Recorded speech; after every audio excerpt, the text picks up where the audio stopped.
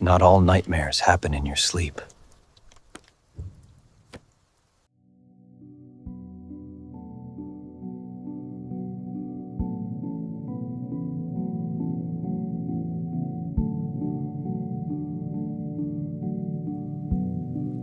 Hello, everyone. I'm John, and welcome to ASMR True Crime Story. I know many of you listen to these stories to help you fall asleep. So before you drift off tonight, I'd love it if you leave a comment to know where you're tuning in from. And if you're new here and enjoying the story so far, please don't forget to like and subscribe. It really helps the channel grow. And I post a brand new story every night. Now, let's get into tonight's case. Story 1. Someone was out there, watching Amy, tracking her every move, waiting for the right moment to take her life. But the most chilling part of all, she didn't know who they were, only that they wanted her gone. Amy Allwine had no idea just how far someone was willing to go. To see her dead, she had a quiet life, a beautiful home, a loving family, no enemies, at least none she knew of, until the FBI knocked on her door. Let me take you back to where it all began. Amy Allwine was born in December of 1972. Her parents, Charles and Joanne, raised her in Minnesota in a deeply religious household. She was the middle child with an older sister and a younger brother. Their faith was the center of everything. They were devoted members of the Worldwide Church of God, a strict fundamentalist denomination that followed the Bible word for word, Old Testament and New. Because of this, Amy and her siblings weren't allowed to join after-school activities or spend time with friends outside the church. Her school life ended with the last bell. No sports, no clubs, no sleepovers. Just home, family, and faith. Still, Amy was happy. Her world revolved around her church community. She was bright, energetic, full of life. She even became a cheerleader for the church's basketball team, designing choreography and throwing herself into it with passion. In the early 90s, Amy enrolled at Ambassador College in Big Sandy, Texas. It was a small liberal arts school run by her church, meant to prepare students for a life of service and devotion. She didn't know many people at first. She was far from home, far from everything familiar. But that changed when she met Stephen Allwine. Stephen worked in the IT department, just like Amy. He was from Spokane, Washington, and already had a group of friends on campus. Amy and Stephen clicked right away. They bonded over their love of dancing, and they always chose each other as partners during church socials. Their connection grew quickly, and soon they were inseparable. Around that same time, their church split into different sects. Amy and Stephen joined one called the United Church of God. It still followed the Bible strictly, but it embraced modern tools like the internet for spreading its message. That was great news for Stephen, who loved computers. He was logical, tech savvy, while Amy was warm, wholesome, and kind. They balanced each other. After college, Stephen moved to Amy's hometown, St. Paul, Minnesota, so she could stay close to her family. On August 11, 1996, they were married. At the wedding, Amy's father placed her hand into Stephen's and told him gently, "Take care of my little girl." Their faith remained the center of their life. Every Saturday, they arrived at church an hour early and stayed long after services ended. They didn't celebrate holidays like Christmas or Easter. Those were considered pagan. But they did attend the Feast of Tabernacles, the church's fall festival, which took place in different locations around the world each year. They traveled often with their congregation, attending services, joining humanitarian efforts, and going on mission trips. In 2006, Amy and Stephen were ordained as deacon and deaconess. Stephen was later promoted to elder. He preached sermons, counseled married couples, even performed anointing rituals for sick members. In 2007, Amy and Stephen adopted their only child, a newborn baby boy named Joe. He was just 2 days old when Amy held him in her arms for the first time. It was an open adoption. They stayed in touch with the birth mother, and Joe became the light of their life. Their family was complete, and so was their love. Amy and Stephen adored each other, and they adored their little boy. Every Friday night, they gathered at Amy's parents' home for dinner. Joanne would set the good china. Charles would cook something special, and Amy always brought dessert, usually her mom's favorite, pie. As Joe grew older, he'd help Amy pick out the berries at the store. Simple things, sweet traditions, the kind that hold families together.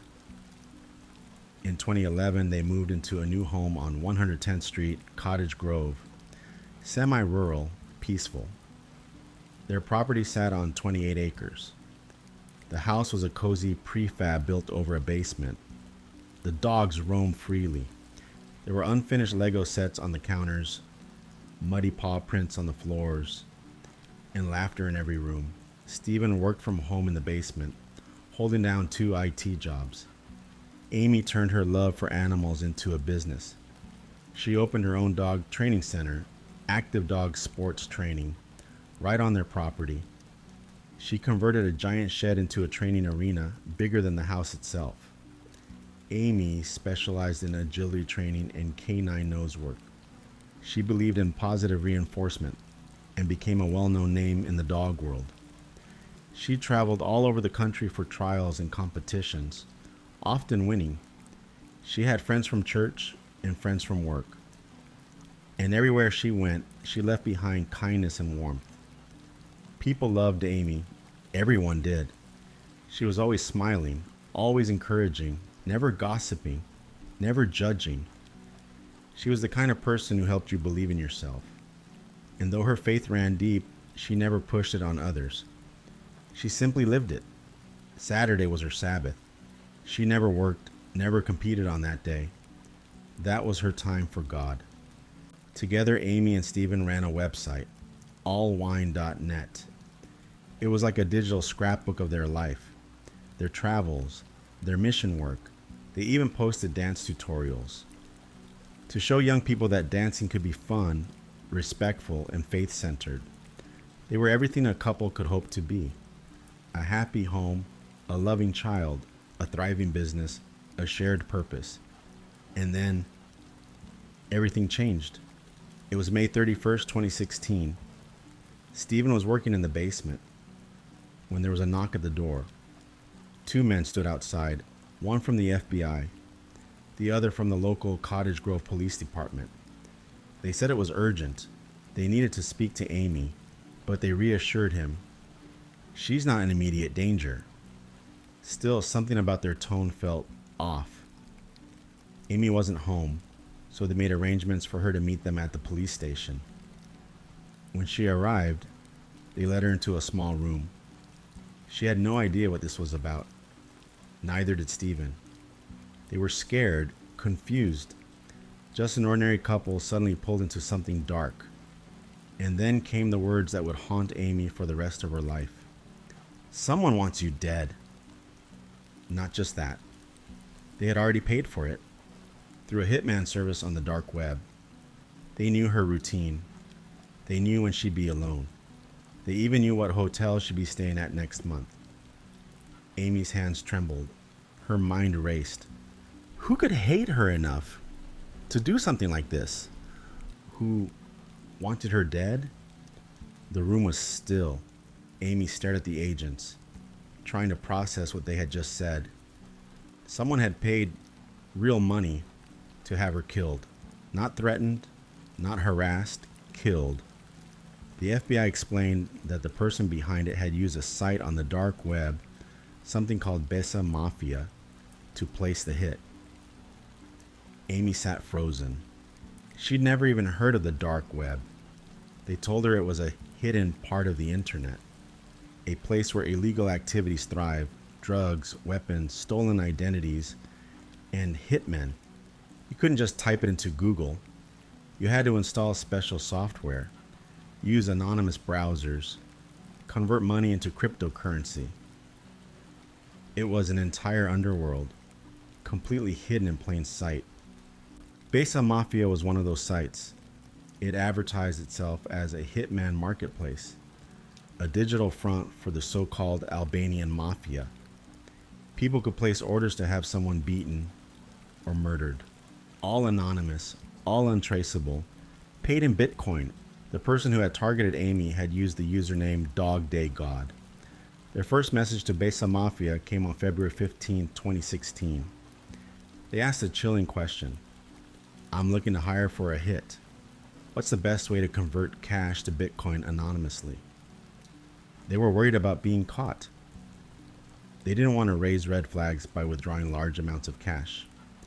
Besa Mafia responded casually, offering a list of explanations someone could give if questioned. Gambling, private purchases, business expenses. They even supplied names of Bitcoin traders who didn't ask for ID. The conversation escalated quickly. DogDayGod gave more details. Their target, Amy Allwine, would be traveling to Moline, Illinois in March. She was scheduled to stay at a La Quinta hotel near the airport. They wanted her dead, and preferably, they said, it should look like an accident. They discussed pricing. The basic fee for a hit was $5,000. Staging it as an accident added another $4,000. They settled at $6,000. The plan was for a low-level gang member to wait at a prearranged location and then hit Amy with a stolen car. Quick, fatal, clean. DogDayGod asked a lot of questions. They wanted proof Besa Mafia was legit. Eventually, they were satisfied and wrote back. I did some research. Everything I read says, you're real. Please don't break that trust. I need this bitch dead. They even filled out an online order form. They uploaded a photo of Amy, taken on a family vacation in Hawaii. They described her, Amy Allwine, about 5'6", 200 pounds. They listed exact dates, hotel, and car details. She'll be at La Quinta in Moline on March 19th, driving a dark green Toyota Sienna minivan. The payment was made, 13 Bitcoins, equivalent to several $1,000s at the time. They promised an extra tip if it was done cleanly. They even added, she'll probably be with someone, but I don't care about them. The agents told Amy all of this. She was in complete shock. Whoever was behind this knew everything. Her car, her travel dates, her schedule, even that she might not be alone. And she couldn't think of a single person who hated her. Back on the dark web, the conversation between DogDayGod and Besa Mafia continued. Besa Mafia reminded them to stay visible that day, out in public around cameras. That way, if anyone started asking questions, they'd have an alibi. DogDayGod agreed. Thank you. I'll make sure I have a good alibi on March 19th. But March 19th came and went, and Amy was still alive. DogDayGod followed up, asking why. Besa Mafia replied, no opportunity yet. The hitman's been tracking her, but hasn't had the right chance. They suggested switching to a sniper, cleaner, quieter, guaranteed success, but that would cost an extra $6,000. DogDayGod couldn't afford that. So they stuck with the original plan. They asked about doing it at Amy's home instead. What if you kill her at home, then burn the house, so it looks like a robbery? They even gave specific times Amy would be home alone, between 12 and 1 p.m.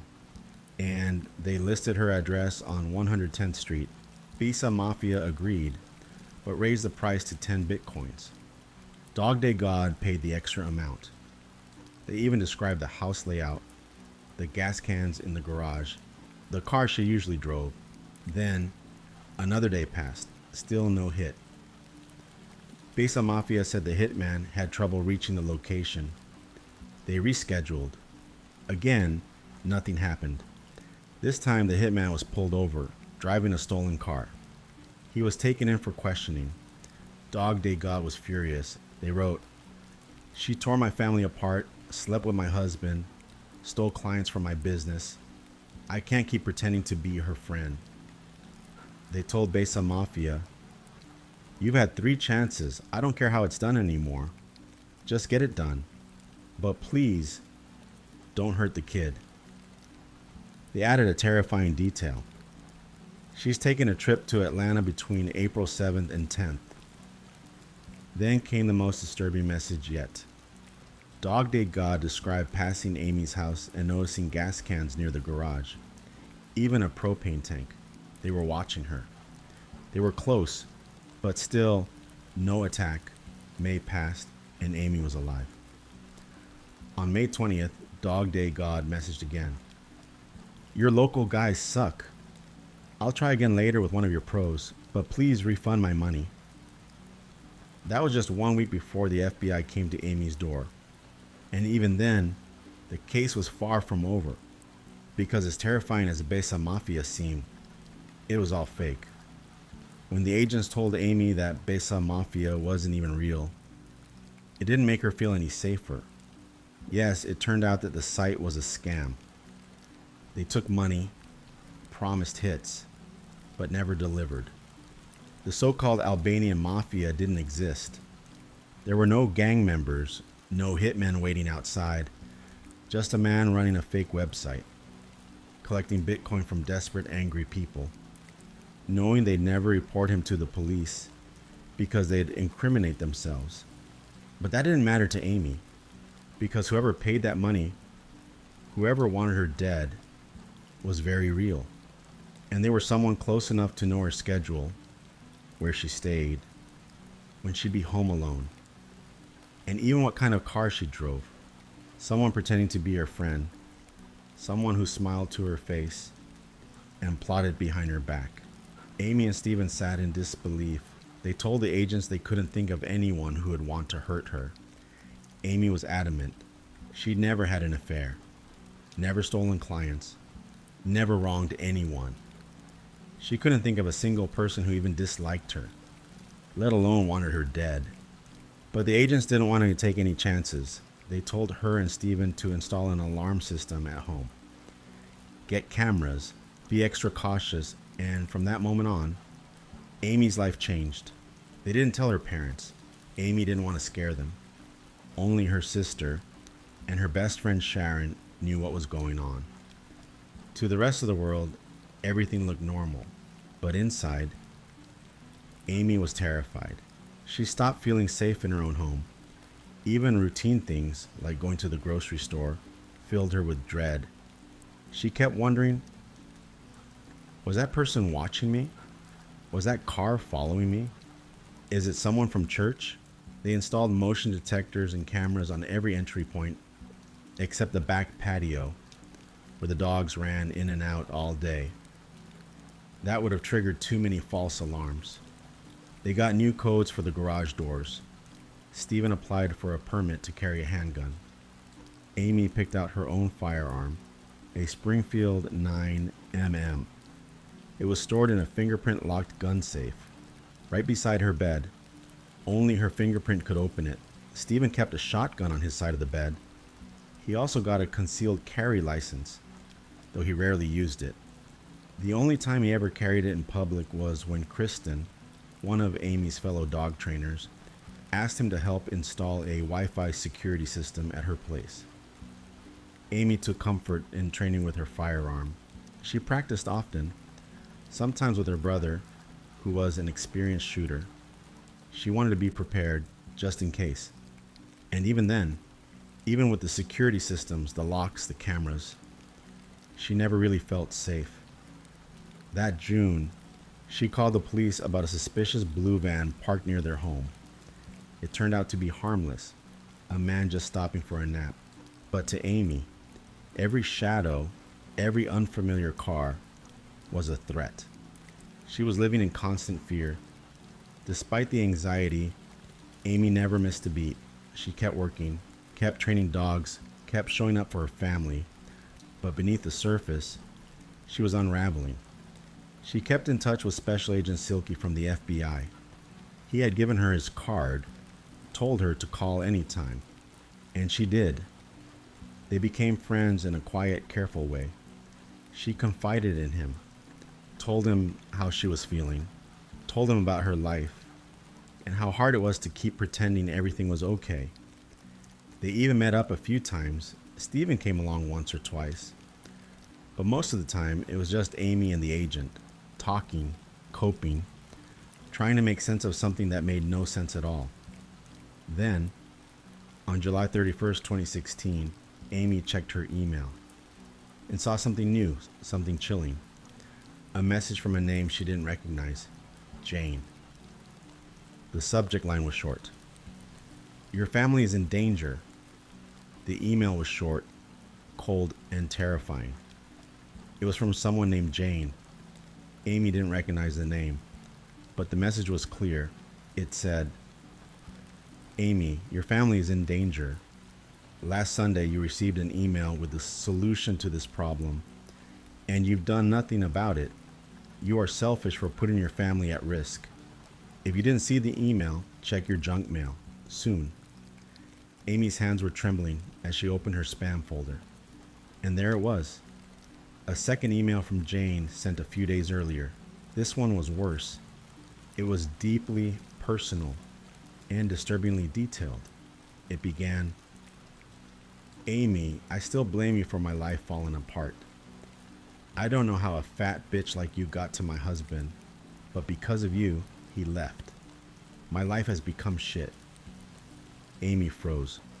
The email went on to say that Jane knew she had installed a new security system, knew the FBI had been investigating the earlier messages. But now, Jane said, the threat wouldn't come from a hired hitman. This time, it would come from her. Jane claimed she had researched ways to kill. How to inject water into brake lines to make a car crash. How to block a gas line to stage an accident. She listed addresses. Amy's parents in Woodbury, her brother in St. Paul, her sister in Yardley, Pennsylvania. She even described the placement of the gas meter at Amy's house. It was horrifying. And then Jane described Joe. She wrote, I didn't see your son this week, but last Friday I did. He was wearing a bright pink shirt. Amy's heart stopped. That detail was true. Joe had worn that pink shirt. The email ended with a warning. Commit suicide, or watch your family be taken away from you, piece by piece. Jane offered suggestions on how Amy could end her own life.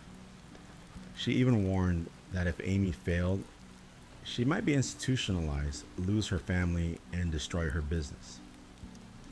One life to save six, she wrote. Your family doesn't need you, but you can save them. The last line was clear. If Amy told anyone, the deal was off, and the attacks would begin. Amy sat in silence. Some of the details in the email were wrong. Her sister had moved, for example, but many were accurate. That meant Jane knew her life, her routine, her family. She was being watched. Agent Silky took the threat seriously. He told Amy the email had come from a disposable address, making it impossible to trace. The FBI confiscated all of Amy and Steven's electronics, phones, computers. Everything was copied and returned a few days later. They found nothing suspicious on their devices. They even went back to recheck electronics from some of Amy's dog training colleagues, but again, nothing. Amy was shaken, but she tried to stay strong. She told Agent Silky she would never harm herself. Not only was it against her faith, but she couldn't imagine leaving her son behind. Still, she couldn't shake the fear. Jane's threats had shifted from hiring someone to trying to drive Amy to end her own life. Agent Silky believed this was an escalation, a desperate move by someone who had failed to kill her physically and was now trying to break her emotionally. A few weeks later, Amy took a small but brave step. She enrolled in the Cottage Grove Citizens Police Academy. On paper, she said it was to learn how the police department worked and how she could better support law enforcement as a citizen. But in reality, Amy wanted to feel safe. She wanted to understand the system. She wanted control. The academy was hands-on. They practiced shooting, fingerprinting, crime scene investigation, ride-alongs with officers. Amy was enthusiastic and engaged throughout. She loved dogs. So for her ride-along, she requested to shadow a canine officer. She asked so many thoughtful questions about training and behavior that the officer gave her extra time after the shift. She was kind, curious. Everyone liked her. She didn't tell anyone in the course about the threats. Not even Gwen Martin, the officer who knew her from the academy and would later be among the first to respond to her death. Amy didn't want to worry anyone. At the end of the 8-week program, they had a small graduation. Amy helped organize the celebration. She smiled, she participated, and on the outside, it looked like she was doing better. But inside, the fear never left. Her migraines had returned worse than ever. She struggled to focus while teaching classes. Her memory slipped more often than usual, and still, she kept the secret. To everyone else, she looked happy. But her sister knew the truth. Amy had confided in her, told her how hard it was to live like this. She had said, "I can't believe someone thinks the world would be better without me." It broke her heart. When her sister's son went off to college and was feeling lonely, Amy sent him handwritten letters every day. And now, her sister returned the favor. It was one of the few things that gave Amy comfort. In October of 2016, the family took a trip to Germany to attend the church's fall festival. Amy felt safe there, surrounded by fellow believers, far away from Cottage Grove, far away from the shadow of Jane. Her friends noticed a change in her. They said it was the most relaxed and joyful she had looked in months. But the peace was short-lived, because when they returned home, the fear came right back with them. And it wasn't long before Amy's last day arrived. It was Sunday, November 13th, 2016. A calm, ordinary day, the kind Amy had been trying to hold on to. Stephen got up early, sometime before 6 a.m., and went downstairs to work in the basement, as he usually did.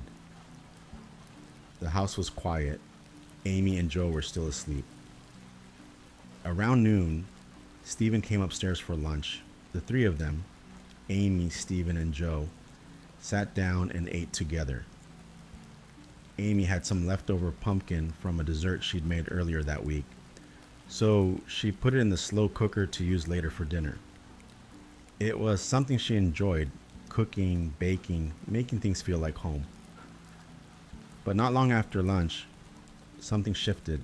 Amy started to feel dizzy, really dizzy, disoriented, unwell. She told Stephen she needed to lie down. She went to the bedroom and rested, hoping it would pass. Shortly after, her father Charles arrived at the house. He'd come over to help install a dog door in the garage. He didn't see Amy, didn't speak to her. Stephen told him she was feeling sick and was lying down.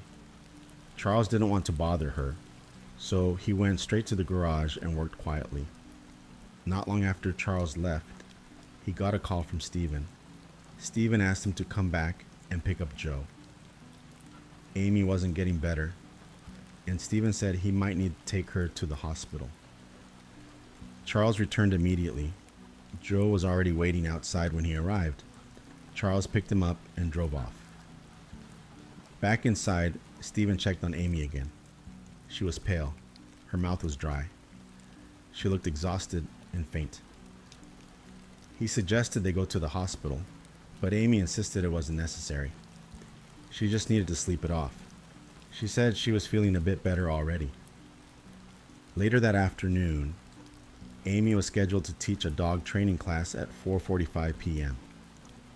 Students began arriving around 4:30, but Amy wasn't up for it.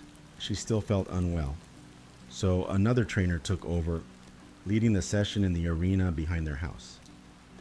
Around 5 o'clock or 5:15 p.m., Stephen went to check on Amy again. She was in the bedroom, kneeling beside the bed. He thought she might be praying. He told her he was going to pick up Joe from his parents' house. On the way, he stopped for gas. Then he took Joe to Culver's, a fast food place they often visited. It was part of their Sunday routine. If Amy was teaching a class and Joe had something like gymnastics, they'd usually stop at Culver's afterward for grilled cheese and chicken tenders. They finished their meal, then drove back home. Joe was excited to see his mom. He jumped out of the car and ran ahead into the house. Stephen stayed behind, taking off his shoes in the mudroom. A few seconds later, Joe came back. His voice was quiet. He asked, "Why is Mommy lying on the floor?" Stephen rushed to the bedroom. Amy was lying face up on the floor, next to the bed. There was blood, a pool of it beneath her head. The 9mm handgun, the one she kept in the fingerprint safe beside her bed, was on the floor, next to her left elbow. A single shell casing was lying near her right foot. Stephen checked her pulse. There was none, but she was still warm. He grabbed the phone and dialed 911. He told the dispatcher, "I think my wife shot herself. There's blood everywhere." As he spoke, he was frantic, confused, overwhelmed. Cottage Grove police officers arrived within minutes. Stephen and Joe were waiting in the garage when they pulled in. Officer Gwen Martin was one of the first responders. She recognized Amy immediately. They had gone through the police academy together. Gwen saw Amy's body and broke into tears. Amy was lying flat on her back, her arms slightly out to the sides. There was a gunshot wound to her head. Blood had pooled around her. Her pants were undone, and her red sweater had ridden up slightly, exposing her stomach and underwear. The gun was next to her left elbow. Gwen stepped outside to regain her composure. She returned to her squad car and decided to check the call history for the Unwind residents. That's when she saw the notes from earlier that year, the threats Amy had received, and the FBI's involvement. She immediately called Detective Sergeant Randy McAllister. At first, McAllister was confused. Why was he being called about a suicide? Tragic, yes. But normally, detectives weren't needed unless something looked suspicious. But Gwen was too shaken to explain. She passed the phone to her partner, who told McAllister, "The victim is Amy Unwind, the woman from the FBI case." McAllister knew the name. He had been briefed on the situation months ago. He had assigned Detective Terry Raymond to assist the FBI back in May. He got dressed and drove straight to the scene. As he stepped into the house, one of the first things he noticed was the smell. Pumpkin. Dinner had been cooking. That struck him as odd. People don't usually start making dinner right before they take their own life. He kept looking. There was blood on the inside and the outside of the bedroom door. The floor just outside the bedroom had a strange clean sheen to it, like it had recently been wiped down. It was the only part of the house that looked spotless. The rest of the home had dog fur scattered everywhere, like normal. But this area had clearly been cleaned. Inside the bedroom, aside from the pool of blood near Amy's head, there were strange blood drops off to the side, about a foot away. They didn't fit. The only way that blood could have landed there was if it had dripped from something being held in the air. Blood had also flowed from Amy's mouth and nose down the left side of her face. But she was lying flat on her back, face up. That meant, at some point, she had been lying on her side, then moved. McAllister took all this in. The scene didn't feel right. When Amy's family arrived, her parents and her brother, they told him something important. Amy was right-handed, but the gun was next to her left elbow. That didn't make sense. They also said she was happy. Even with everything that had happened, she was devoted to her family. She loved Joe more than anything in the world. Ending her own life didn't sound like something she'd do. Not now, not ever. McAllister requested backup from the state's Bureau of Criminal Apprehension. He wanted another set of trained eyes on the scene. While he waited, he had Stephen and Joe taken to the station. They were separated. Fingerprints were collected, DNA, gunshot residue tests, everything. Over the next 3 days, investigators combed the scene. Officers went door to door, asking neighbors if they had seen or heard anything unusual on Sunday. At the dog training arena, they questioned the 5 students and 1 instructor who had attended Amy's class that afternoon. Several people mentioned hearing a loud screeching sound, like tires peeling out. It had startled them. It happened toward the end of the session, and everyone thought it was strange. A nearby neighbor said he noticed smoke coming from the unwind chimney that day. Odd, considering it was warm outside. He had been in a t-shirt. None of the other homes on the street had their chimneys going. The BCA sprayed luminol on the hallway floor. It lit up immediately. There had been a lot of blood there, enough that someone had stepped in it, and tracked bloody footprints all through the house, from the bedroom to the bathroom to the laundry room. Then they tried to clean it up. It was clear now. Amy hadn't taken her own life. She had been murdered, and someone had tried to make it look like suicide. 2 weeks after Amy's death, Stephen Allwine was brought in for a formal interview. He didn't come alone. He brought his attorney and his pastor, Brian Shaw. But when they arrived, Stephen was told the pastor couldn't be present in the interview room. He was asked to wait outside, and so Pastor Shaw sat alone, while Stephen walked in with just his lawyer. The interview lasted 2 hours. Stephen was quiet, soft-spoken. He answered every question, but his voice only grew firm and confident when he spoke about his faith. When he mentioned the church, or God, or his work as a minister, he sat up straighter, spoke louder. The rest of the time, he stayed subdued, passive, restrained. The detectives asked about the blood in the hallway, the part of the house that had clearly been cleaned. Stephen said he had no idea why there would be blood there. No one in the house had been injured. He said he hadn't noticed any mess. He couldn't explain it. They asked if he had ever heard of the dark web before the FBI visit. Stephen said no. He claimed he didn't know anything about it until the agents arrived. He also said he couldn't think of anyone who would want to harm Amy. But he did have a suspicion. He mentioned someone from Amy's dog training circle, a woman named Kristen. He suggested they look into her. She had helped Amy set up her business and had watched their dogs before. She also had a child who played with Joe. Stephen thought that was worth investigating. They asked about the rumors, allegations that Amy had been having an affair. Stephen's answer surprised them. He said it wasn't Amy, it was him. He admitted that he had been cheating. He told them he met a woman named Michelle through a site called Ashley Madison, a dating platform for people who were married and looking to have an affair. Stephen said he first heard about Ashley Madison during a marriage counseling session.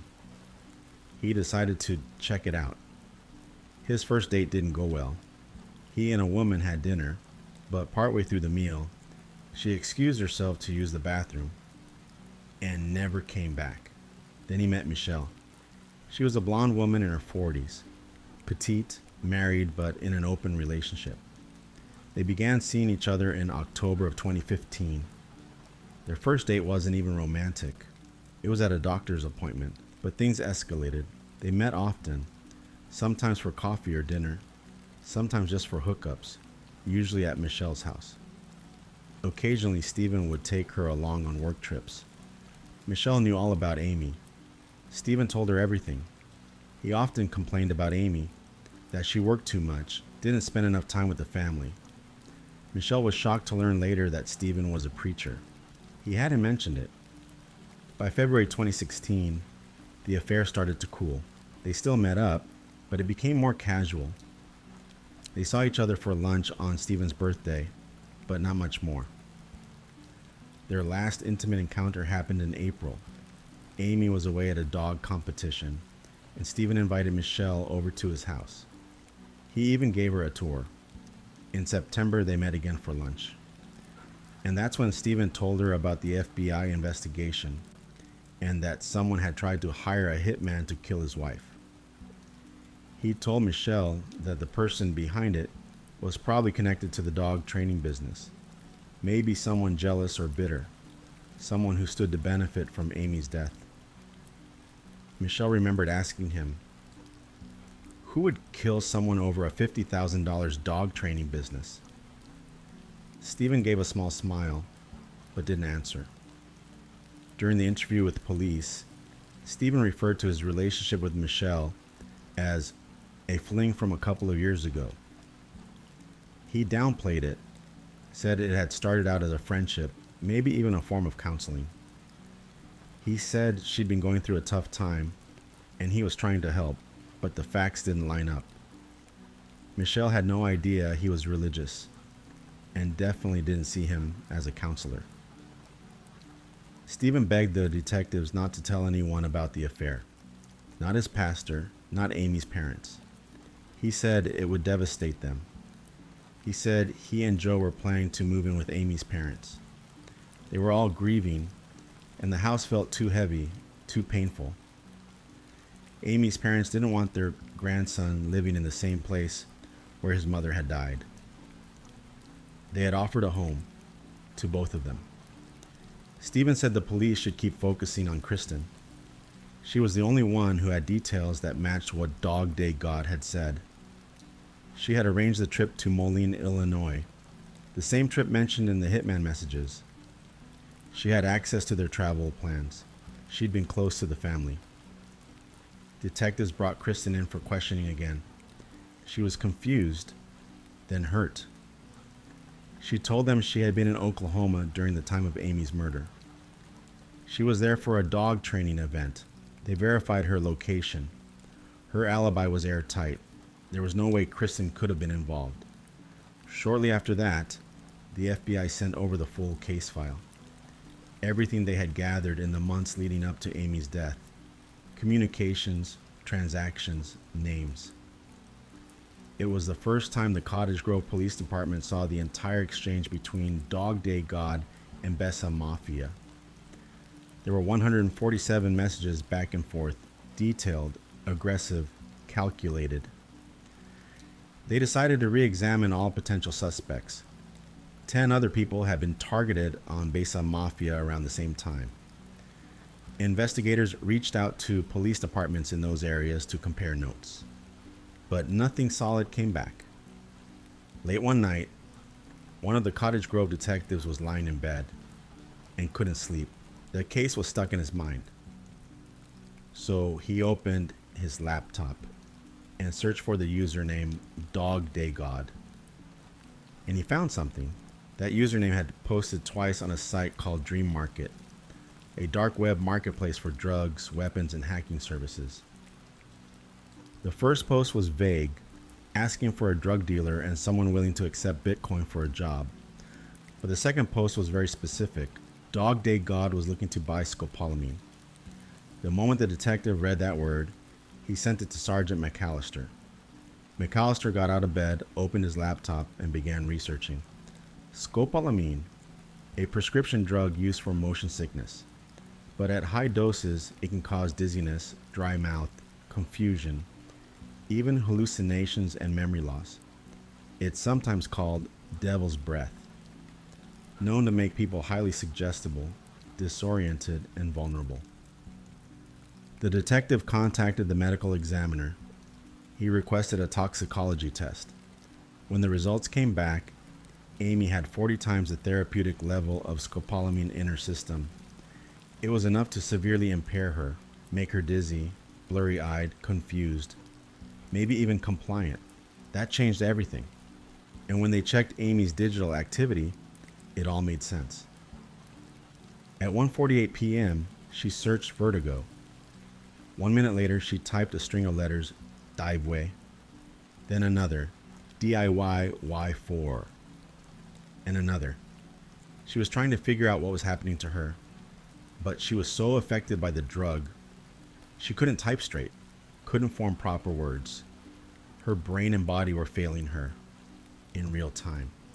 Police now knew this wasn't just a staged suicide. Amy had been poisoned, and someone had planned it with disturbing precision.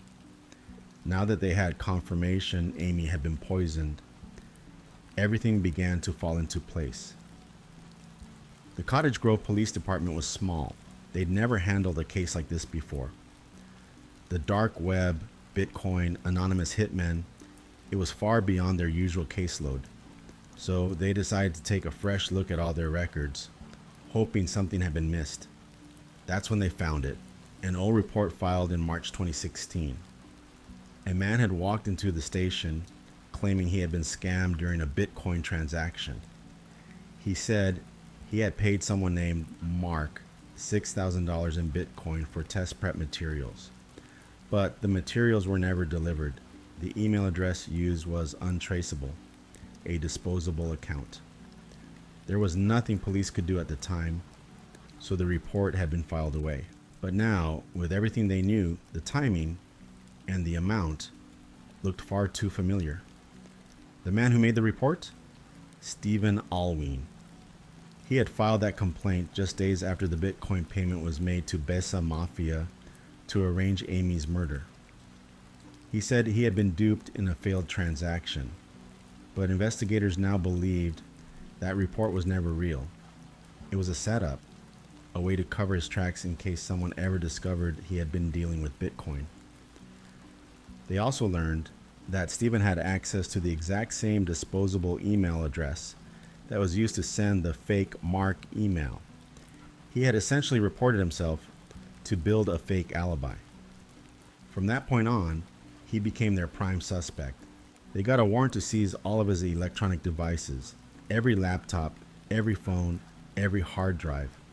In total, 66 devices were collected from his home. Stephen worked in IT. He knew how to hide things, how to erase, how to encrypt. So 5 detectives were assigned almost full time to comb through everything. They found more than they expected. Stephen had been living a double life. He wasn't just having an affair with Michelle. He was using hookup sites like Naughty Dates and Lonely MILFs. He had visited Backpage, a known platform for escort services, and had driven to Iowa for an overnight stay with a sex worker. He paid $400. That visit happened years before the affair with Michelle.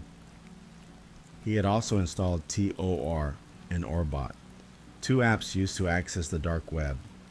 Despite telling police he had never heard of it, he had actively searched for how to install the software. He even looked up how to install a special privacy system called Tails on an Acer computer. But among all the devices they seized, there was no Acer machine. That raised even more suspicion. He had also researched Bitcoin frequently, checking exchange rates and how to convert cash. Text message codes from localbitcoins.com showed up on his phone from February 16th, right around the time the payment to Besa Mafia was sent, just minutes before Dog Day God told the hitman that Amy would be in Moline. Stephen had searched for Moline, Illinois on his laptop. He looked up canine nosework events in the area, pulled up a calendar of dog trials, mapped the route from Chicago to Moline. All the exact information later shared with Besa Mafia. On that same laptop, he opened Amy's life insurance policy, a policy that would pay $700,000 if she died. Stephen was the sole beneficiary. Later in July, right before Amy received the threatening emails from Jane, Stephen visited a website called Radaris, a people search tool. He pulled up pages for Amy's parents, her brother, and her sister. Those exact addresses would later show up in Jane's message. And that Bitcoin scam report? There were no emails exchanged, no follow-up messages, just a single fake email sent from a disposable address. At the exact same time, Stephen had access to that inbox. It was all fabricated, but the final undeniable proof came from an iTunes backup. In August 2016, Stephen backed up his iPhone to his laptop. He probably thought nothing of it, but in doing so, he saved a copy of everything on his phone: messages, files, deleted notes. In that backup, investigators found a deleted note. The note contained a string of 34 random letters and numbers. It was a Bitcoin wallet address. Just 23 seconds later, that same wallet address was sent by Dog Day God to Bessa Mafia as proof of payment for the hit on Amy. The sequence was exact. Stephen had typed the Bitcoin address into his phone, saved it in a note, then sent it to the hitman site. A minute later, he deleted the note, but the iTunes backup had already saved it. That wallet address became the smoking gun. Because Bitcoin wallets are unique, that string of characters proved, without a doubt, that Stephen Unwind was Dog Day God. Now, with everything on the table, police built their theory. They believe Stephen had poisoned Amy at lunch using scopolamine. It made her dizzy, weak, disoriented. When it didn't kill her, he called her father to come pick up Joe, getting their son out of the house. Once they were gone, he shot Amy, likely while she was on the floor in the hallway. Then he moved her body into the bedroom, cleaned the hallway with rags or towels, and burned the cleaning materials in the fireplace. That detail matched what a neighbor had reported: smoke coming from the chimney, even though it was an unseasonably warm day. Stephen then drove to pick up Joe. On the way, he stopped for gas. Then he took his son to Culver's for dinner. Just like any other Sunday, he kept receipts for both stops, alibi building in real time. When they returned home, he let Joe go in first. Joe found his mother and ran back to tell Stephen, and Stephen called 911. Later, when investigators listened to the 911 recording, they heard something that broke their hearts. In the background, 9-year-old Joe could be heard asking, "Are you going to remarry?" Stephen gave a slight chuckle and said, "I don't know." That moment told investigators something deeply unsettling. Joe had already heard that question before. It wasn't a random thought. It was likely something he'd overheard at home, in conversations, maybe even from Stephen himself. On January 20th, 2017, Stephen dropped Joe off at school, then headed to Amy's parents' house, where he was still living. He was pulled over during a routine traffic stop and arrested. He was charged with second-degree murder. Stephen was arrested on January 20th, 2017, and charged with second-degree murder. His bail was set at $500,000, and he paid it quickly. After his release, he was required to wear a GPS monitor, and he was only allowed supervised visits with Joe. They were both still living at Amy's parents' house at the time. Stephen had moved in with them after the death. Amy's parents had offered comfort, a home, even though deep down, they had lost their daughter in the most violent way possible. But that compassion wouldn't last long. Just 2 weeks later, Stephen was arrested again. He had attempted to contact Joe outside of the court-approved visitation rules. That violated his bail conditions. This time, his bail was raised to $600,000, and once again, he paid it. But after that, the court revoked his right to communicate with Joe at all, not even supervised visits. The court recognized that boundaries had to be enforced. Stephen wasn't just a grieving widower anymore. He was now the prime suspect in Amy's murder. On March 24th, 2017, a grand jury reviewed the evidence and upgraded the charge to first-degree murder. This was no longer seen as a sudden act or emotional snap. It was premeditated, planned, cold. Stephen's new bail was set at $1 million. This time, he couldn't pay it. He was held in custody while awaiting trial. 10 months later, in January of 2018, Stephen finally faced a jury. He pleaded not guilty. The prosecution laid everything out, clear, detailed, and devastating. They said Stephen didn't want to divorce Amy because it was against his religion. In the United Church of God, divorce was seen as unacceptable. If he had tried to leave her, he risked being removed from the congregation, disgraced in the community he had helped lead for years. But murder? Somehow, he chose that instead. The courtroom sat in silence as prosecutors explained how he poisoned his wife with scopolamine, how he waited for her to grow weak, how he used her illness to stage a scene. They showed that Stephen had contacted Amy's father to pick up Joe, so he'd be alone in the house with her. They believed he shot her in the hallway, then moved her body into the bedroom. He cleaned the trail of blood, staged the scene to look like suicide, then burned the cleaning supplies in the fireplace. They showed receipts from the gas station and Culver's used as an alibi. They explained that he let his 9-year-old son be the one to discover Amy's body. They presented the forensic evidence. The gunshot residue found on Stephen's right hand, even though the gun was lying beside Amy's left side. His sock prints matched the bloody impressions found in the hallway.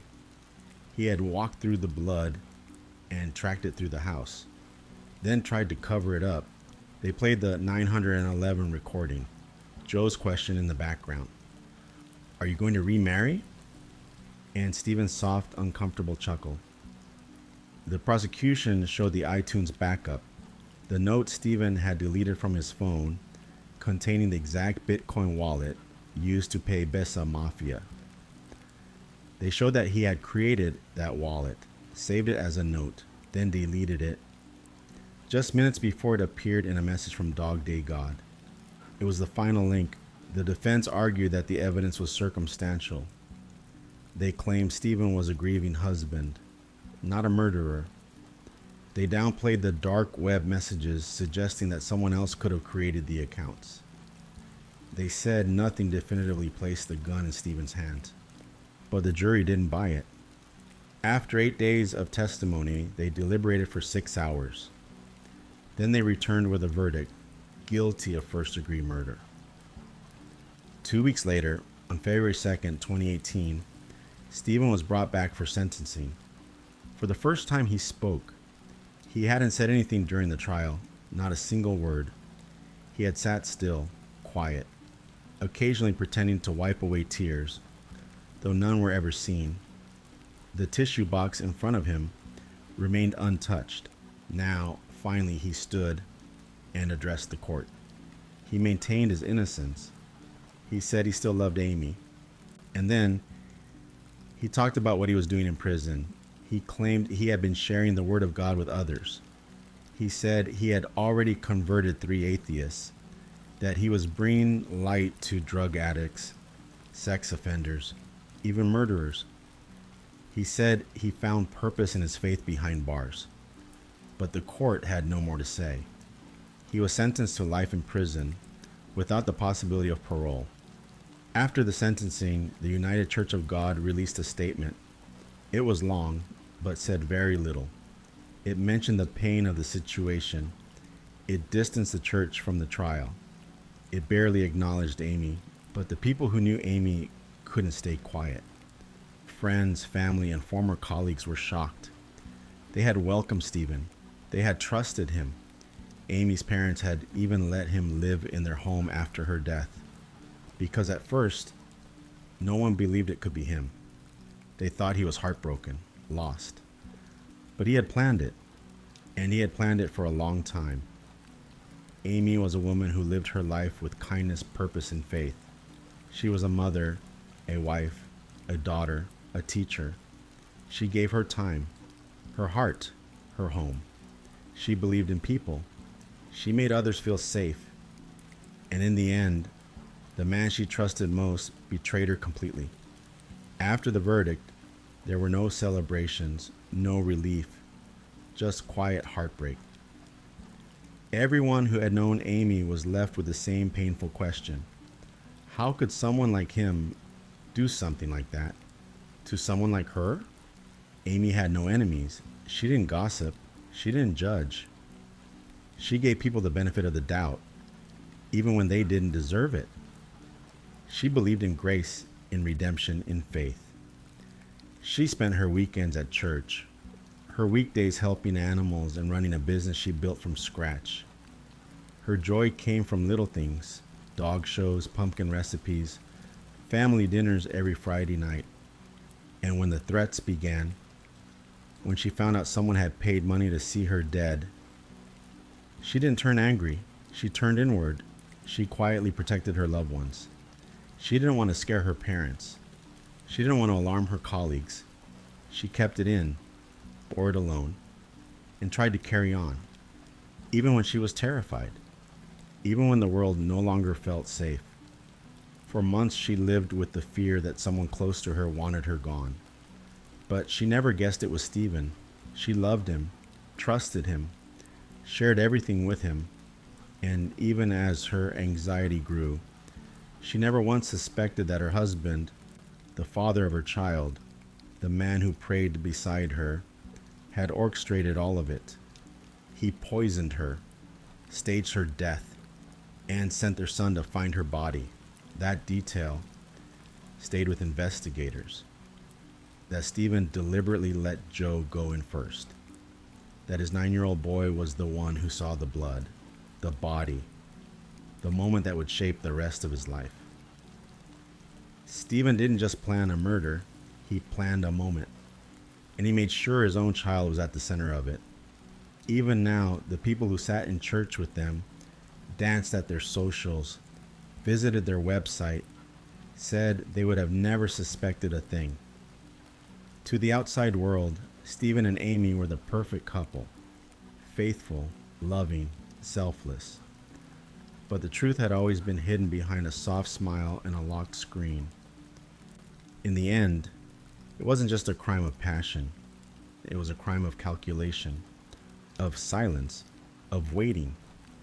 He had tried to erase her through strangers on the dark web. When that didn't work, he did it himself, and he almost got away with it. But Amy had left behind something stronger than his lies.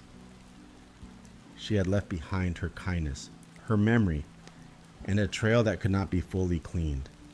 The final trace of her voice, her love, her presence, still lives in the people she cared for, in the stories she shaped, and in the quiet courage she showed in the last months of her life. She never knew who wanted her dead, but now the world does. Thank you for staying with me through Amy's story. Her life and what she endured reminds us how quiet betrayal can be. Now, take a slow breath, and when you're ready, we'll move into tonight's second story. It's different, but just as haunting. Let's begin. Story 2. You ever pass by a windowless white van and feel something in your stomach twist? There's a reason, and that reason begins here. His name was Lawrence Bittaker. He was born in Pittsburgh, Pennsylvania on September 27, 1940. His parents had made a decision long before he came into the world. They didn't want children, so when his mother found out she was pregnant, it was devastating to her. She didn't want to keep the baby. She was clear about that. But she gave birth to him anyway. And when he was born, both parents placed him into an orphanage. Not because they had to, but because they never wanted him in the first place. Eventually, Lawrence was adopted, still just a baby. His adoptive father worked in aviation, which meant they were always moving, one town after another, one home after another, never staying long enough to call any place their own. Lawrence never really knew what a stable home felt like. By the age of 12, he was already running into trouble with the law. His first arrest was for shoplifting. That one arrest turned into many over the next 4 years. Petty theft, again and again. He later explained that the stealing wasn't really about the things. It was about the emptiness, the lack of love he felt from his parents. That was his excuse. That's how he saw it. By 1957, the family had moved to California. And although people said Lawrence had a high IQ, he struggled in school, he dropped out of high school, and within a year, he was arrested again. This time for car theft, hit and run, and evading arrest. The court sent him to the California Youth Authority, where he stayed until he turned 18. When he was finally released, Lawrence went looking for the people who had raised him, the parents who had adopted him as a baby, but they were gone. They had disowned him and moved away to another state. They never told him where, and he never saw them again. Not long after, Lawrence was arrested again for transporting a stolen vehicle across state lines. He was sentenced to 18 months in Oklahoma State Reformatory, released in 1960, arrested again within months in Los Angeles for robbery.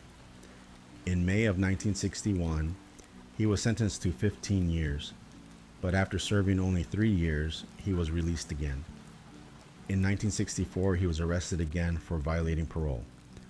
Released, then arrested, then released again. Between 1967 and 1971, he was arrested multiple times for theft and robbery.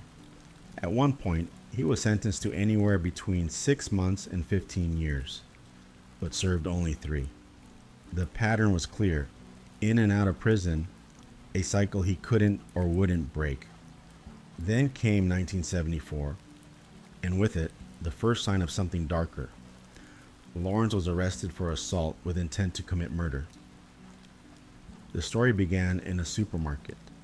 A young employee there saw him slip a steak under his shirt and walk out. The employee followed him into the parking lot, calmly asking if he had forgotten to pay. Without saying a word, Lawrence stabbed him in the chest. The knife missed the man's heart by inches. He survived. Other employees tackled and restrained Lawrence until police arrived. Despite the charge, attempted murder, he was convicted only of assault with a deadly weapon. And once again, he was sent to California Men's Colony in San Luis Obispo. It was in that very prison that something even worse began to take shape. Roy Norris, the second man in this story. He was born on February 5th, 1948, in a quiet town called Greeley, Colorado. He came into the world under a heavy cloud. Roy was conceived out of wedlock, and back in the 1940s, that was a serious scandal. His parents, feeling the pressure of society, decided to get married. But it wasn't out of love, it was out of obligation. His father worked at a scrapyard. His mother was a drug-addicted housewife. Roy grew up in that broken home, but he didn't stay there all the time. He was constantly moved around, passed from one foster family to another, all across the state of Colorado. He later said his childhood was miserable. His parents were emotionally abusive, constantly telling him that he was unwanted, and things weren't any better in the foster homes. He was denied food, denied clothes, denied care. At one point, when Roy was 16, he returned to live with his parents, but even that didn't last long. During a family visit to a relative's house, a young woman in her early 20s, Roy said something to her. We don't know exactly what it was, but it made her uncomfortable. Whatever he said, it was sexually suggestive. So much so that she ordered him to leave immediately. She also told Roy's father what happened, and his father, furious, threatened to beat him severely. That night, Roy stole his father's car and drove out into the Rocky Mountains. Out there, alone, he tried to kill himself by injecting air into an artery in his arm, but it didn't work. He was later found by police and taken in as a runaway. They returned him to his parents, where his father beat him again. Then came a moment no child should ever hear. His parents told him and his younger sister that they had never been wanted, and once both kids turned 18, the parents planned to divorce and walk away. A year later, Roy dropped out of school, and with nowhere else to turn, he joined the United States Navy. He was stationed in San Diego and later deployed to Vietnam in 1969. During that time, Roy began experimenting with drugs, though the exact extent is unclear. After just one tour, he was given an honorable discharge. But what came next was anything but honorable. Just days after Lawrence Bittaker was released from the California Youth Authority, he was arrested again, this time for transporting a stolen vehicle across state lines. He was sent to serve an 18-month sentence in Oklahoma. After his release, he fell back into old habits almost immediately. Within months, he was arrested in Los Angeles for robbery. In May of 1961, he was sentenced to 15 years. But like before, he served only 3. In 1964, he was arrested again for a parole violation and released a year later. Between 1967 and 1971, Lawrence was arrested several more times for theft and robbery. One sentence placed him behind bars for 6 months to 15 years. He ended up serving just 3 years again. And then came 1974, the year his crimes took a darker turn. He was arrested for attacking a young employee outside a supermarket. The employee had followed Lawrence into the parking lot after witnessing him steal a steak. Calmly, he asked if Lawrence had forgotten to pay. Lawrence responded by stabbing him in the chest. The man survived. Lawrence was held down by 2 other employees until police arrived. He was charged, but not with attempted murder. Instead, he was convicted of assault with a deadly weapon.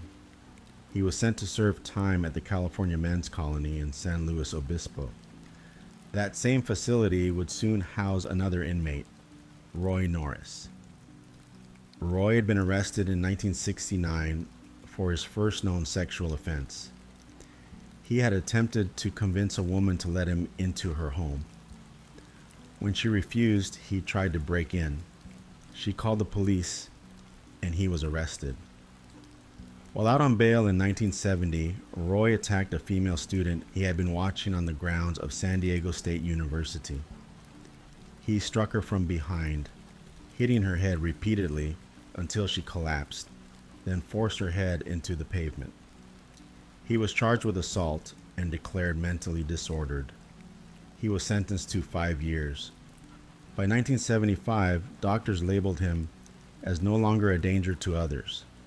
He was released on probation. Just 3 months later, he approached a woman in Redondo Beach and offered her a ride on his motorcycle. When she declined, Roy followed her, used her scarf to force her off the street, and committed a violent assault. She survived and reported the crime, but police couldn't find him. A month later, she saw his motorcycle again. This time, she wrote down the license plate number and gave it to police. Roy was arrested, tried, and convicted. He was sent to the California Men's Colony, the same place where Lawrence Bittaker was already serving time. It was there that the two met. At first, Lawrence would later say, they were simply familiar faces, nothing more than acquaintances. But that changed when Norris taught Lawrence how to make jewelry.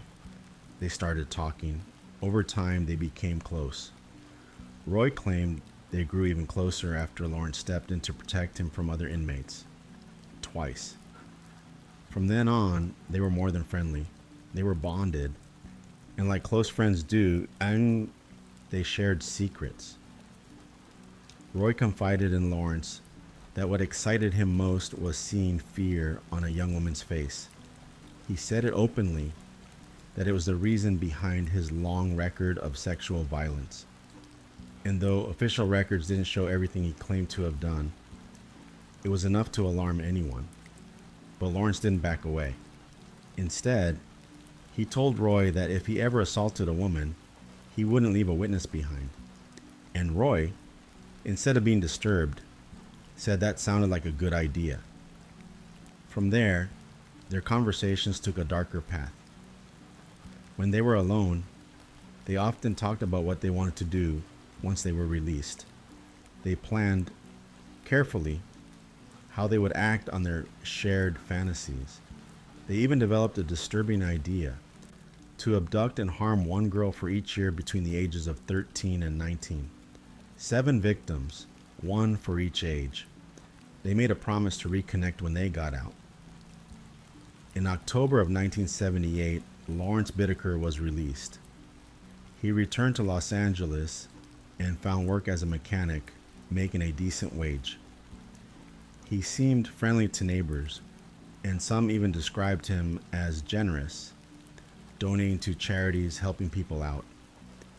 He had a clean image, but beneath it, the plan was already waiting. 3 months later, in January of 1979, Roy Norris was also released. He moved in with his mother in Redondo Beach and started working as an electrician. Shortly after, he received a letter from Lawrence inviting him to meet. By late February, they met at a hotel, and from there, they brought their plan back to life. To make it work, they needed a vehicle. A normal car wouldn't do.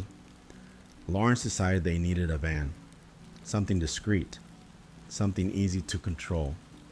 So together, they pooled their money and bought a silver 1977 GMC cargo van.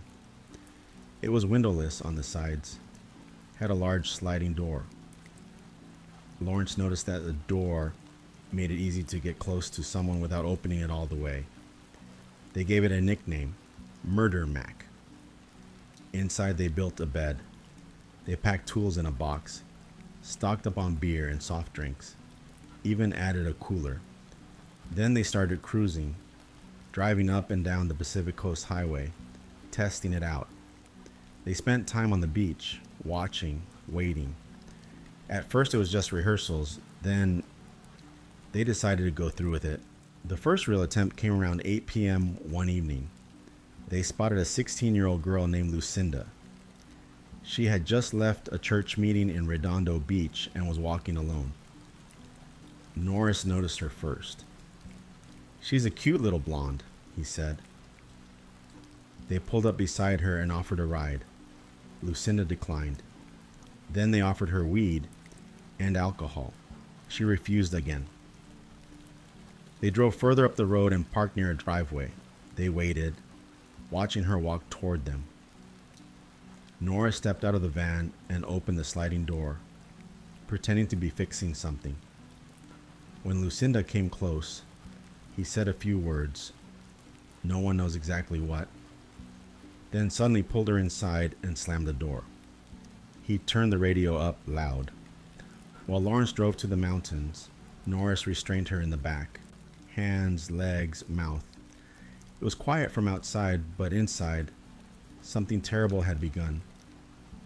Lucinda had screamed at first, but quickly, she stopped. Lawrence later said she stayed calm, didn't cry, didn't resist, didn't plead. She knew. When they reached a remote area in the San Gabriel Mountains, Lawrence stepped outside while Norris stayed in the van. After a while, they switched. Each had their turn. But then came the moment of decision. Lawrence and Norris argued about what to do next. One of them wanted to let her go. The other didn't. Norris tried first, but something about the look in Lucinda's eyes made him stop. He said it made him feel physically sick. He ran to the front and vomited.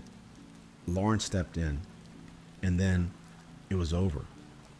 They wrapped Lucinda's body in a plastic curtain and threw her off a steep cliffside. Lawrence later told Norris not to worry. The animals would take care of everything. There'd be nothing left. It had begun, and it wouldn't be the last. 2 weeks after Lucinda was taken, it happened again. It was July 8th, 1979, when Lawrence and Roy spotted an 18-year-old girl named Andrea Joy Hall. She was hitchhiking along the Pacific Coast Highway. They noticed her, but another car pulled over before they could.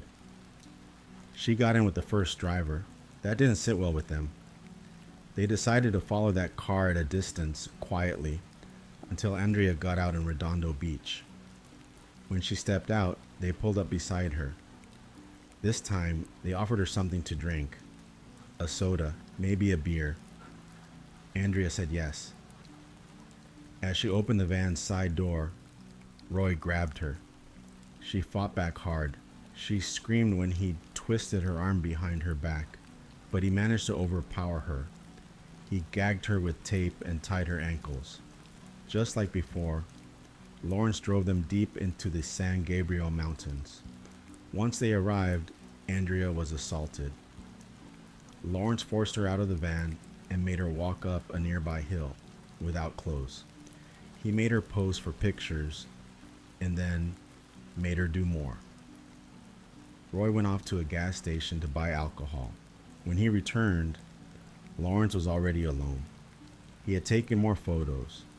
Roy would later say that one of those photos showed pure terror on Andrea's face, a kind of fear that was hard to look at.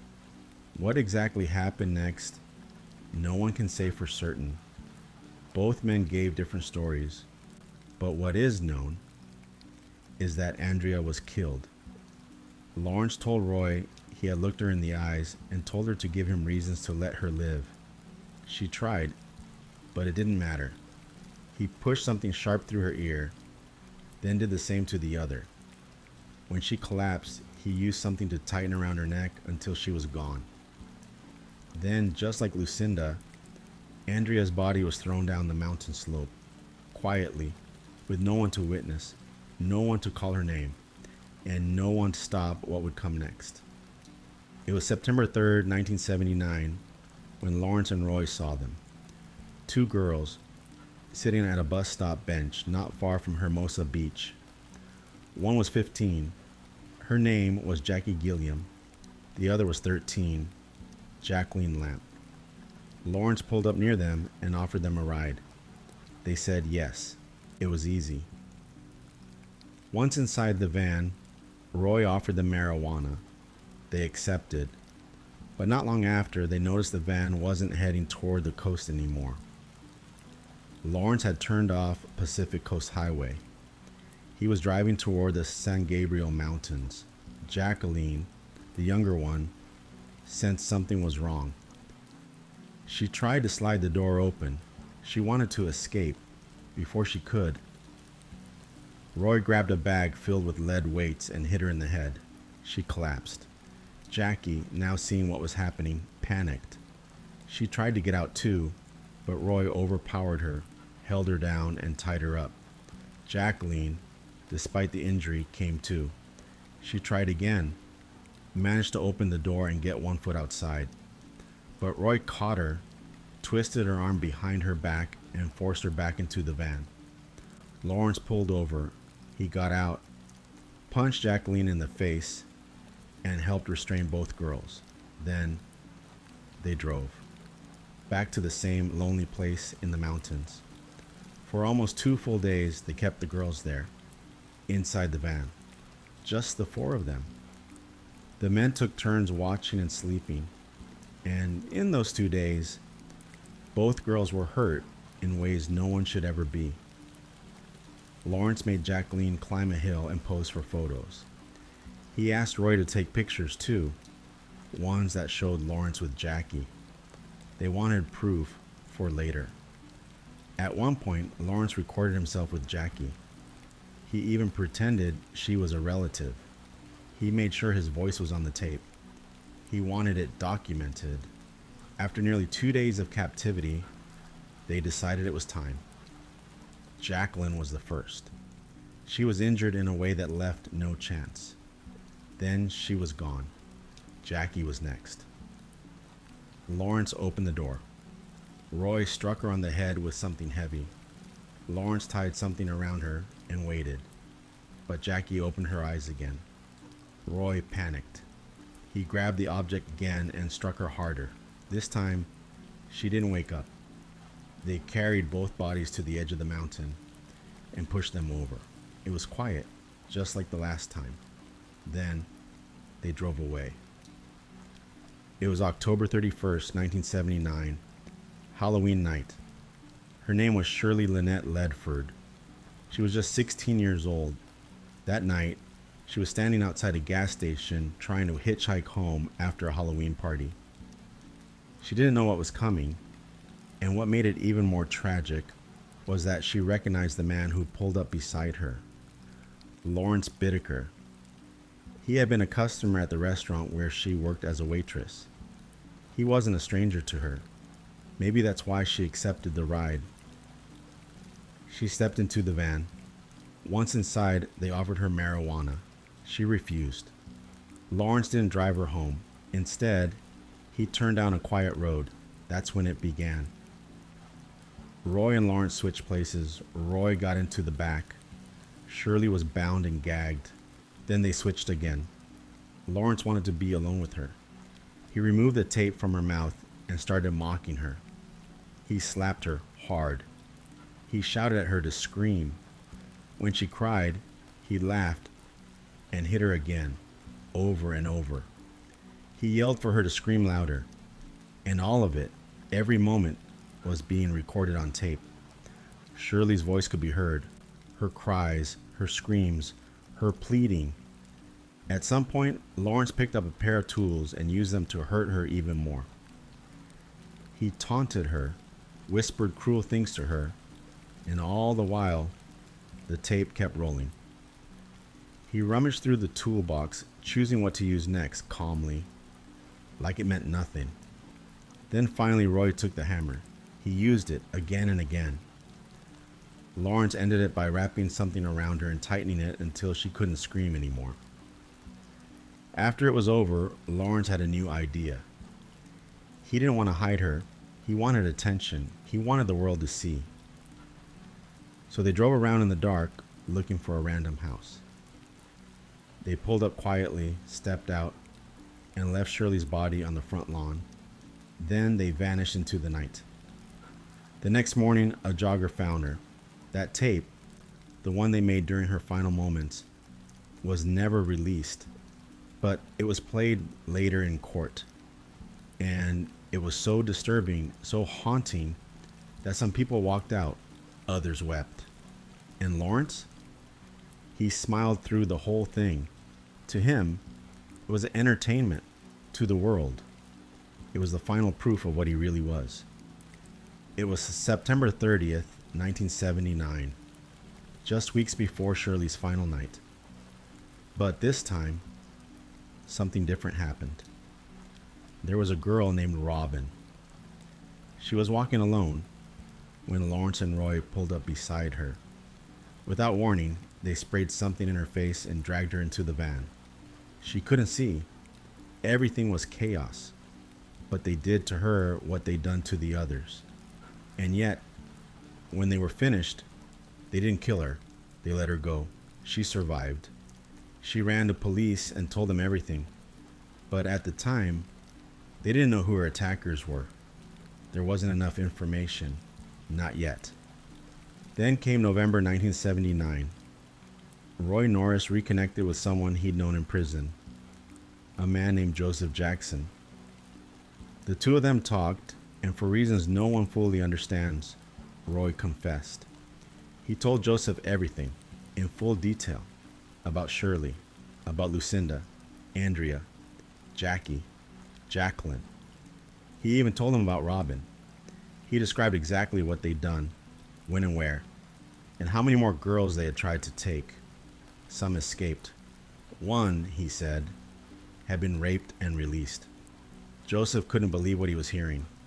He went to his lawyer and asked what to do. The lawyer gave him one answer: go to the police. Together, Joseph Jackson and his attorney walked into the LAPD and told the detective everything they knew. That detective, Paul Bynum, was assigned to look into it.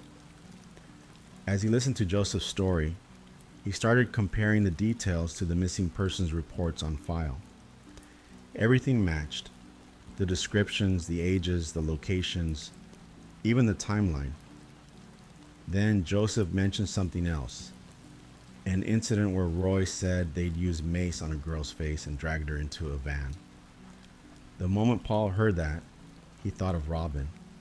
Her case was still open. She'd said the same thing. She was sprayed, dragged inside, then released. It was one of the few attacks with a surviving victim. Her report described two white men in their mid-30s. Paul knew he had to find her. At that time, Robin was living in Oregon. Police reached out and showed her a lineup of photos. Without hesitation, she picked out the two men who had attacked her. She identified Roy Norris and Lawrence Bittaker. With that confirmation, police began watching Roy closely. He was now under surveillance. Within just a few days, officers saw him dealing drugs. On November 20th, 1979, Roy Norris was arrested by Hermosa Beach police, officially for parole violations. That same day, officers went to a motel in Burbank where Lawrence had been staying. He was arrested too for Robin's assault. But when Robin was brought in to identify them in person, she hesitated. She wasn't completely sure. They looked slightly different than before. Police were disappointed, but they held on to them anyway. Lawrence had been caught with drugs, and that was enough to keep him. Then came the search. Police went through Lawrence's motel room. What they found changed everything. There were Polaroid photographs, pictures of the victims, Andrea, Jackie, and more. Many of them had been reported missing. Then they searched the van. Inside, they found a sledgehammer, a bag filled with weights, a notebook that showed how to listen in on police radio calls, a jar of petroleum jelly, two necklaces, later confirmed to belong to the victims, and one more thing, a tape recording. The sound was unmistakable. It was Shirley's voice, her crying, her screaming, her pleading. Her mother listened to it and confirmed it was her daughter. There were other items too, bottles of chemicals, plans, things meant for their next victim. At Roy's home, they found even more. A bracelet taken from Shirley, and more photographs, almost 500 of them, teenage girls, some taken at Redondo Beach, others outside of Burbank High School. Most of the girls never even knew their photo had been taken. No one knows how many were meant to be targets, but 19 of them were already listed as missing. The evidence was overwhelming. Still, police knew they needed more. They brought Roy in again. He was showing signs of stress. At first, he denied everything. He said he had nothing to do with the missing girls. But as the hours passed, he started to break. Finally, he confessed. He told them everything. The van, the photos, the mountains, the assaults, the deaths, all of it. He said Lawrence had been the one who pressured him, the one who wanted to kill. He claimed he was afraid, that he never wanted any of it. But the truth was, he had still done it. When asked about the chemicals they found, Roy told detectives they were meant for the next girl, the one they hadn't taken yet. He said they were preparing to hurt her just for fun. What came next was the beginning of the end. After Roy's confession, the detectives held a press conference. They shared what they'd found, the evidence, the photos, the van, the tape. They announced that 19 girls from those photographs had been reported missing. But without solid proof, they couldn't confirm if those additional girls had been killed. Neither Roy nor Lawrence admitted to harming them. Still, the number was haunting. Roy then led investigators to the mountains, to the same remote places where they had left the girls. Search teams combed the areas. The bodies of Lucinda Schaefer and Andrea Hall were never found. But on February 9th, 1980, the remains of Jackie Gilliam and Jacqueline Lamp were recovered, just as Roy had described. One of the skulls still had the metal instrument lodged inside. That detail confirmed every part of Roy's confession. With that, formal charges were filed. Both men were officially charged with the murders of 5 girls. Lawrence was denied bail, but Roy's was set at just $10,000. Roy accepted a deal, a plea bargain. In exchange for testifying against Lawrence, the prosecution agreed not to seek the death penalty for him.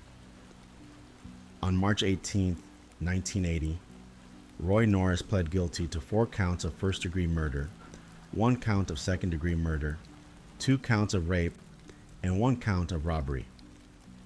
In May, he was sentenced to 45 years to life in prison. Lawrence Bittaker, on the other hand, didn't say a word. He refused to speak during his hearing. When asked how he would plead, he stayed silent. The judge entered a not guilty plea on his behalf. His trial began on January 19, 1981. Roy testified in detail. He explained how the two had met in prison, how they made the plan, and how they carried it out step by step. He described each victim, every crime, every moment inside that van. Then came the tape, the same one recorded during Shirley Ledford's final night. 17 minutes long. It was played in open court. Every seat was filled. More than 100 people listened. Some broke down crying. Some had to leave the room. Even the jury, many of them couldn't hold back tears.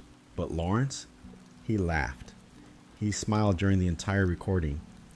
To him, it was entertainment. Roy told the court that Lawrence used to play that tape over and over inside the van. He thought it was funny. He liked hearing it.